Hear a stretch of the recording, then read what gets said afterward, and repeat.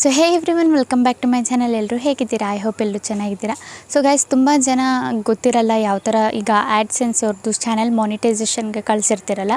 So ಕಳಿಸಾದ್ಮೇಲೆ monetisation ಎಲ್ಲ ಆದಮೇಲೆ $10 ಆಗುತ್ತಲ್ಲ, ಆಗ ನಿಮ್ಮದು ಗೂಗಲ್ ಆ್ಯಡ್ಸೆನ್ಸ್ ಪಿನ್ ಬರುತ್ತೆ. ನಿಮಗೆ ಒಂದು ಆ್ಯಡ್ಸೆನ್ಸಲ್ಲಿ ಆಪ್ಷನ್ ಸಿಗುತ್ತೆ. ಆಗ ಓಕೆನಾ, ಪಿನ್ ಕಳಿಸಾದ್ಮೇಲೆ ಪಿನ್ ಆ್ಯಡ್ ಮಾಡೋದು ಒಂದು ಆಪ್ಷನ್ ಸಿಗುತ್ತೆ. ಸೊ ಆ ಪಿನ್ನ ಬಂದುಬಿಟ್ಟು ನೀವು ಗೂಗಲ್ ಆ್ಯಡ್ಸೆನ್ಸ್ ಪಿನ್ನ ಯಾವ ಥರ ನೀವು ಮನೆ ಹತ್ರ ನಿಮ್ಮ ಅಡ್ರೆಸ್ಗೆ ಯಾವ ಥರ ತಗೊಳ್ಳೋದಂತ ಹೇಳ್ಕೊಡ್ತೀನಿ. ಸೊ ಆ್ಯಂಡ್ ಹಾಗಾಗಿ ಇನ್ನೂ ಕೆಲವೊಬ್ರು ಏನು ಮಾಡಿರ್ತಾರೆ, ಅಡ್ರೆಸ್ನ ಸರಿ ಹಾಕಿರಲ್ಲ. ಯಾವ್ಯಾವುದೋ ಅಡ್ರೆಸ್ ಹಾಕಿರ್ತಾರೆ, ಇಲ್ಲ ಹಳೇ ಫಸ್ಟು ನೀವು ಏನಿರ್ತೀರ ಆ ಅಡ್ರೆಸ್ನ ಹಾಕಿರ್ತೀರ. ಇನ್ನು ಕೆಲವೊಬ್ಬರು ಅಂಗಡಿದ್ದು ಅಲ್ಲಿದ್ದು ಇಲ್ಲಿದ್ದು ಕೊಟ್ಟಿರ್ತೀರ. ಸೊ ಪೋಸ್ಟ್ ಮ್ಯಾನಿಗೆ ಗೊತ್ತಾಗಲ್ಲ ಯಾವ ಅಡ್ರೆಸ್ಸಿಗೆ ಡೆಲಿವರ್ ಮಾಡೋದಂತ.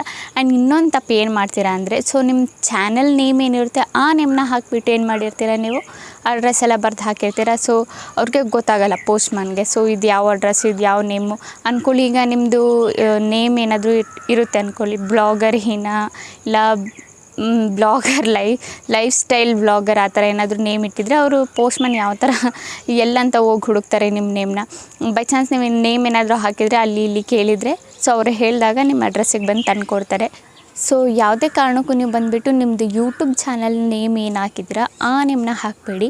ನಿಮ್ಮ ಒರಿಜಿನಲ್ ನೇಮು, ಲೈಕ್ ನಿಮ್ಮ ಆಧಾರ್ ಕಾರ್ಡು ಇಲ್ಲ ಪ್ಯಾನ್ ಕಾರ್ಡು ಇಲ್ಲ ವೋಟರ್ ID ಕಾರ್ಡಲ್ಲಿ ಯಾವ ನೇಮ್ನ ಕೊಟ್ಟಿರ್ತೀರ ಅದೇ ನೇಮ್ನ ಕೊಟ್ಬಿಟ್ಟು ನಿಮ್ಮ ಅಡ್ರೆಸ್ನ ಫಿಲ್ ಮಾಡಿ. ನೀವು ಯಾವ ಅಡ್ರೆಸ್ಸಲ್ಲಿದ್ದೀರಾ ಅದೇ ಅಡ್ರೆಸ್ನ ಕೊಡಿ, ಓಕೆನಾ. ಆ್ಯಂಡ್ ನಿಮ್ಮ ಪೋಸ್ಟಲ್ಲಿ ಅಕ್ಕಪಕ್ಕ ಯಾವ ಪೋಸ್ಟ್ ಇದೆ ಅದೇ ಪೋಸ್ಟ್ದು ಕೋಡ್ ಬಂದುಬಿಟ್ಟು ನೀವು ಹಾಕಬೇಕು. ಲೈಕ್ ನಿಮ್ಮ ಏರಿಯಾ ಕೋಡ್ ಏನಿದೆ ಅದನ್ನು ನೀವು ಹಾಕಿಬಿಟ್ಟು ಅಪ್ಲೈ ಮಾಡಿದರೆ 100% ನಿಮ್ಮ ಪಿನ್ ನಿಮ್ಮ ಮನೆಗೆ ಬರುತ್ತೆ. ಸೊ ನೀವು ನಿಮ್ಗೆ ಏನಾದರೂ ಪೋಸ್ಟ್ ಮ್ಯಾನ್ದು ನಂಬರ್ ಏನಾದರೂ ಇದ್ದರೆ ಫಸ್ಟೇ ಹೇಳಿಬಿಡಿ ಅವ್ರಿಗೆ, ಈ ಥರ ನಂದು ಒಂದು ಪಾರ್ಸೆಲ್ ಬರುತ್ತೆ, ಲೈಕ್ ಏನಾದರೂ ಒಂದು ಬರುತ್ತೆ ಅಂತ ಹೇಳಿ. ಪಾರ್ಸೆಲ್ ಅಲ್ಲ, ಲೈಕ್ ನಿಮ್ದು ಈ ಥರ ಒಂದು ಪೋಸ್ಟ್ ಬರುತ್ತೆ ಅಂತ ಹೇಳಿರಿ ಅವ್ರಿಗೆ.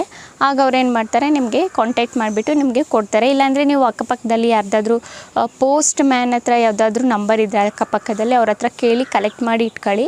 ನಂದು ಈ ಥರ ಒಂದು ಪಿನ್ ಬರುತ್ತೆ, ಪಿನ್ ಅಂತ ಹೇಳಕ್ಕೆ ಹೋಗಬೇಡಿ, ನಂದು ಈ ಥರ ಒಂದು ಪೋಸ್ಟ್ ಬರುತ್ತೆ, ನನಗೆ ಪೋಸ್ಟ್ ಬಂದರೆ ಈ ನಂಬರಿಗೆ ಕಾಲ್ ಮಾಡಿ ಅಂತ ಅವರಿಗೆ ನಂಬರ್ ಹೇಳಿ. ಇಲ್ಲ 2 ಡೇಸ್ಗೊಂದ್ಸಲ ಕಾಲ್ ಮಾಡಿ ಕೇಳಿ ನಿಮ್ಮ ಹೆಸರಲ್ಲಿ ಯಾವುದಾದ್ರೂ ಪೋಸ್ಟ್ ಬಂದಿದೆಯಾ ಅಂತ, ಓಕೆನಾ. ಆ್ಯಂಡ್ ಹಾಂಗೆ ಗೈಸ್, ಯಾವುದೇ ಕಾರಣಕ್ಕೂ ನೀವು ವೆರಿಫಿಕೇಷನ್ ಮಾಡ್ತಿರಲ್ಲ, ಯಾವುದರಲ್ಲಿ ಮಾನಿಟೈಸೇಷನ್ ಆಗೋದಕ್ಕೆ ವೆರಿಫಿಕೇಷನ್ ಕೇಳುತ್ತೆ. ಸೊ ಫುಲ್ ನಿಮ್ಮದೆಲ್ಲ ಕ್ರೈಟೇರಿಯಾ ಎಲ್ಲ ಕಂಪ್ಲೀಟ್ ಆದಮೇಲೆ ವೆರಿಫಿಕೇಷನ್ ಕೊಡುತ್ತಲ್ಲ, ಆಗ ನಿಮ್ಮ ಆಧಾರ್ ಕಾರ್ಡು ವೆರಿಫಿಕೇಷನ್ಗೆ ಕೊಡಬೇಡಿ, ಯಾಕಂದರೆ ಅದು ತಗೊಳ್ಳಲ್ಲ.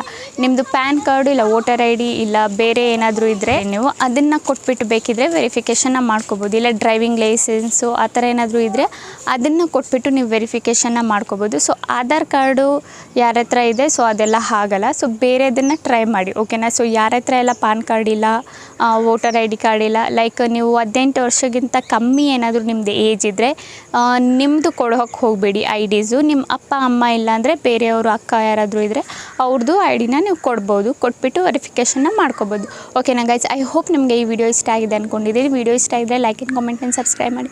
ಇದೇ ಥರ ಇನ್ಫಾರ್ಮೇಟಿವ್ ವಿಡಿಯೋ ನಾನು ನೆಕ್ಸ್ಟ್ ಟೈಮ್ ತೊಗೊಬರ್ತೀನಿ. ಅಲ್ಲಿವರೆಗೂ ಬೈ ಬೈ ಗೈಸ್.